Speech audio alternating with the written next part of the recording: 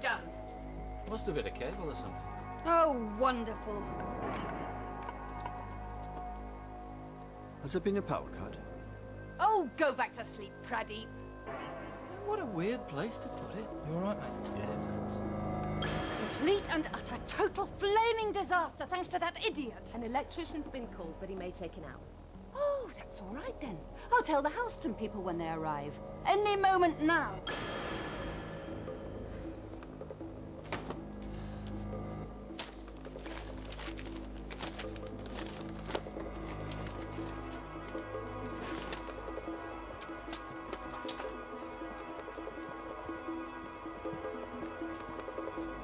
You can feel the stress in the air. And with the way everyone's acting, it'll soon push them past the point of no return. Just hang on a moment, Pradeep. You told Maggie we were going with Star Cruiser. I assumed you'd cleared it with Lola. I had no idea until a few moments ago that she's now calling it Star Rider. You're the editor. And what's that supposed to mean? If Lola wants to change the title, it's your job to know. You've made a mistake. So just admit it.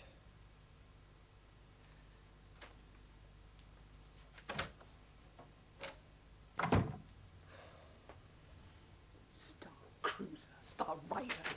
God, who cares what a stupid novel's called?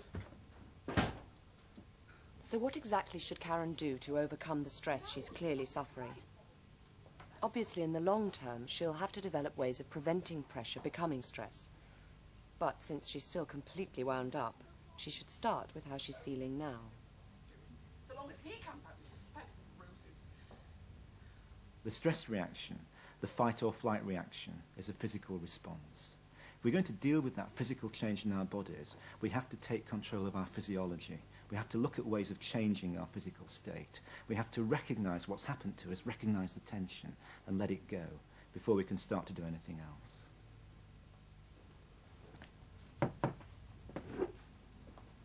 Karen, how are things going?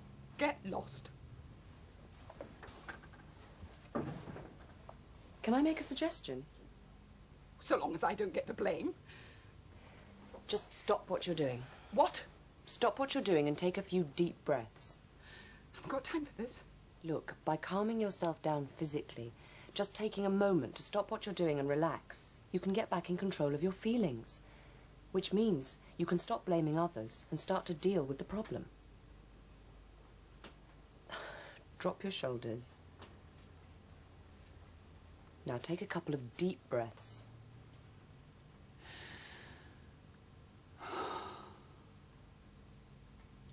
What now?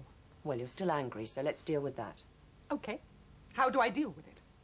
Try talking to yourself. Tell yourself to calm down. Right. Karen, calm down. It's not your fault. It's not fair. But you've got to clear up the mess again. So, what are you going to do? Well, what are you going to do? Well, there aren't that many options. We can do what Lola wants and withdraw Star Cruiser, Star Rider, whatever it's called, from the book fair, which is financial suicide for this department. We can change the promotional material, which is expensive and there isn't time. We can try and change Lola's mind.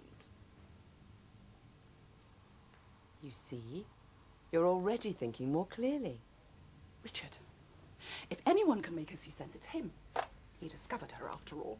There you are then, ready to take action. Well, what if it doesn't work? You'll have to think of something else. But now you're tackling the problem, not just feeling furious that it's there. Right. Thanks.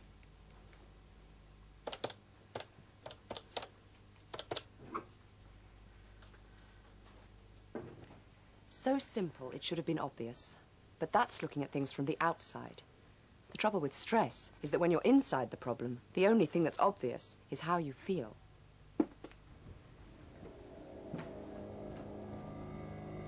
That's great. We'll see you then. Thanks. Bye-bye. Any sign? Of the electrician? Halston. I haven't seen them. Look, run round the corner and get some coffees, will you? Right. No. They'll just go cold. I'll help Paul, shall I, till they get here? Yes. Do that. Good.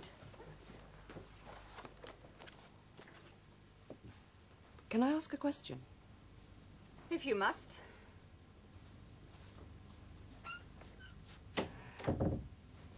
You're used to working under pressure all the time. But right now you don't seem to be coping as well as usual. Why? Well, I've got the wrong title, wrong artwork, useless promotional material, a pig-headed author, all at the same time, and all just before Frankfurt, but plus this visit from Halston Press. So what's the first step you normally take when faced with a series of problems like this? I go and make a cup of coffee, which of course I can't do, because we have no power, thanks to our stupid workmen. How does the coffee help? It doesn't. It just gives me breathing space. So you literally remove yourself from the problem for a while, and that actually helps you see things from a slightly different perspective. And if I can't make myself a cup of coffee? Just break the pattern. Leave your desk. Get a glass of water, a breath of fresh air, whatever. Make a physical change. That'll help you get back in control of your emotions, so you can start thinking clearly and logically. I am perfectly in control of my emotions. But you are under a lot of pressure, aren't you?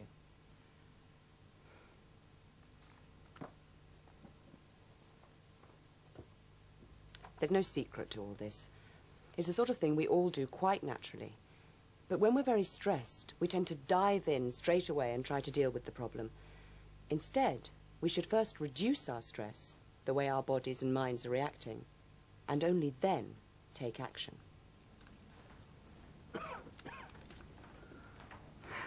Michelle, could you find out how much it would cost to get the Lola Michaels covers and posters changed and how quickly it can be done? Sure. But let's hope it never comes to that. So in order to deal with stress in the short term, there are 3 phases we must go through. Start by breaking the physical reactions, the fight or flight response, by pausing and changing your breathing. This enables you to calm down emotionally, to take control of your feelings and put things in perspective. Only then will you be able to think about your behavior and decide how you are going to tackle the immediate problem. Of course, no one's saying if you follow these phases, you'll live in a stress-free zone. But in the short term, they will help.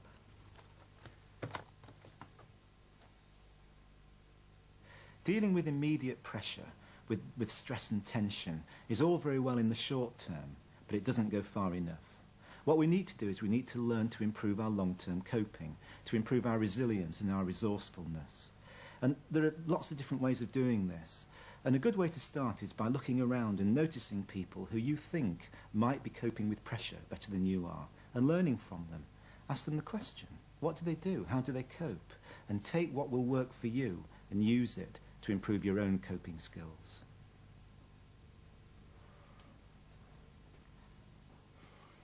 Michelle. Doesn't it ever get to you? You know, working with Maggie? No. Well, why not? I don't know, not worth it. I know it's not worth it, but... I can't help it. Well, I used to get stressed. But then I thought, well, what's the point in worrying about it? It doesn't solve anything, and they don't pay you more for it. So I don't. Simple. Why didn't I think of that? Look, the way I see it, it's all about balance. Physically, mentally, the whole lot. I mean, take Karen, for instance. She never sits still for a minute, constantly fidgeting. She's so wound up with nervous energy, it makes you wonder how long she's going to last. And Pradeep used to be brilliant, but he's only here in body these days. He's so churned up about maybe losing his job that basically he can't think about anything else. What about Maggie? Maggie Johns? Well, Maggie's got no life outside this place, as far as I know. At least I've never heard her talk about her family, or friends, or anything except the job. So I don't think she always sees things quite in perspective, if you know what I mean. And me? Well, your problem, Paul, is you swallow Maggie's view of things, hook, line and sinker. When she's happy, you're happy. And when she's stressed, you're stressed. It's not my fault. It's not about whose fault it is. It's about who's in control of your life. You or all this, including Maggie. Come on, Paul, you've just got to toughen up a bit, that's all. The most important areas of stress management are exercise, nutrition, good time management, assertiveness so that you're not left feeling completely overwhelmed by everybody loading work onto you. You've got to learn to say no and not yes all the time. And relaxation, making time for yourself, making time for your whole body, your whole physical system to relax and let go. There are many, many ways of coping with pressure. And what we have to learn to do is to use as wide a range of coping skills as we possibly can. It's like having the right tool for the job.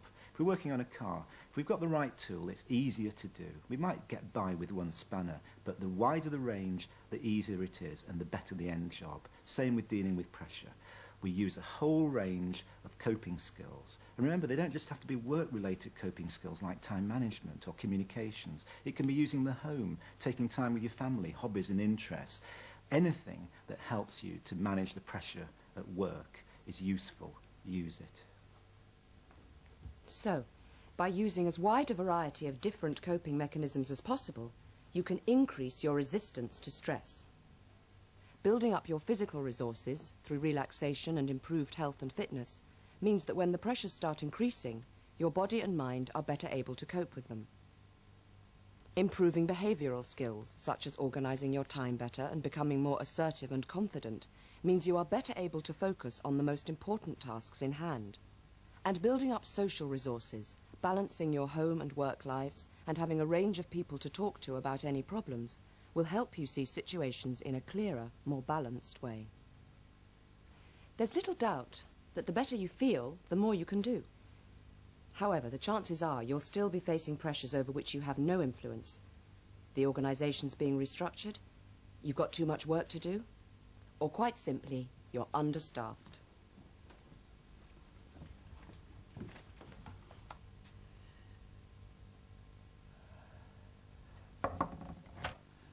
Pradeep, we've got to talk, get things sorted out. I thought we talked earlier. I don't mean about Lola, and I don't mean a row. I mean talk about what we're going to do about Sarah leaving. Because even without the book fair, I'm never going to be able to handle all her stuff. Okay, leave it with me. That's just the point, Pradeep. I don't want to leave it with you because you won't do anything.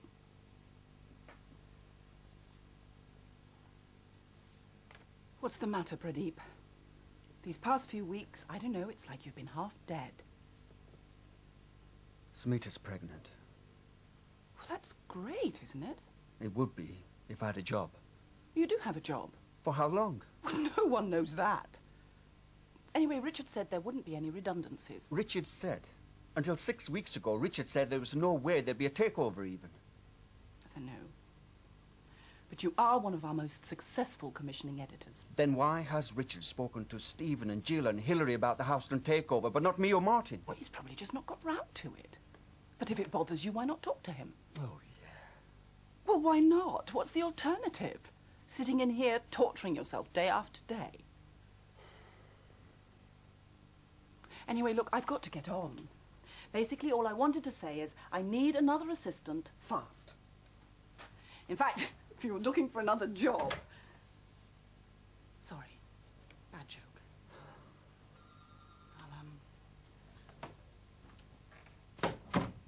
Control, in my view, is one of the critical elements in workplace stress. The more people feel they have control, the better able they're going to be able to cope. People have more control than they actually think they do. Most people don't think they have any control and say, well, if, you know, I can't change the boss's view of that, and I can't do this, and I can't do that. But in fact, you can. There's no doubt that as individuals we can do an awful lot to manage pressure, to deal with our stress. But we also need to look at what causes pressure in the first place. We need to look at what the organisation can do to help eliminate pressure at source. That way we get the best of both worlds. We get people who are coping effectively with necessary pressure, and we get the organisation helping to redesign jobs, look at communication flow, to do a whole range of activities to help eliminate pressure in the first place. And that way we don't end up with a stress is for wimps or stress is a weakness approach. We end up with an organisation that recognises that work is demanding and it places demands on people. It helps to eliminate unnecessary pressures, and it helps its people to encourage and develop and improve their coping skills. And that way we end up with managing pressure effectively. Right, send them up and I'll meet them at reception.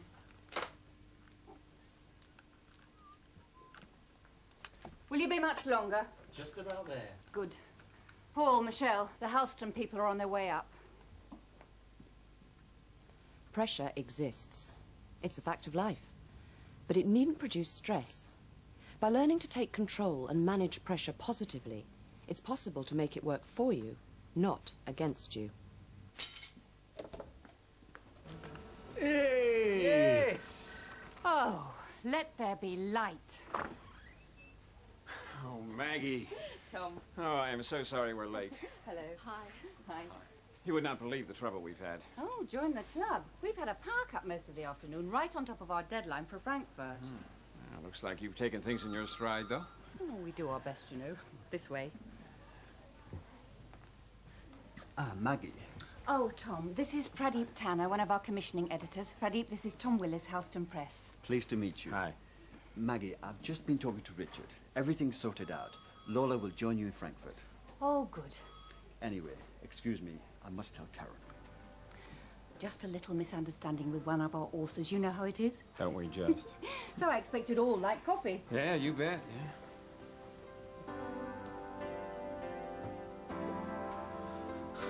Thanks a lot. See ya.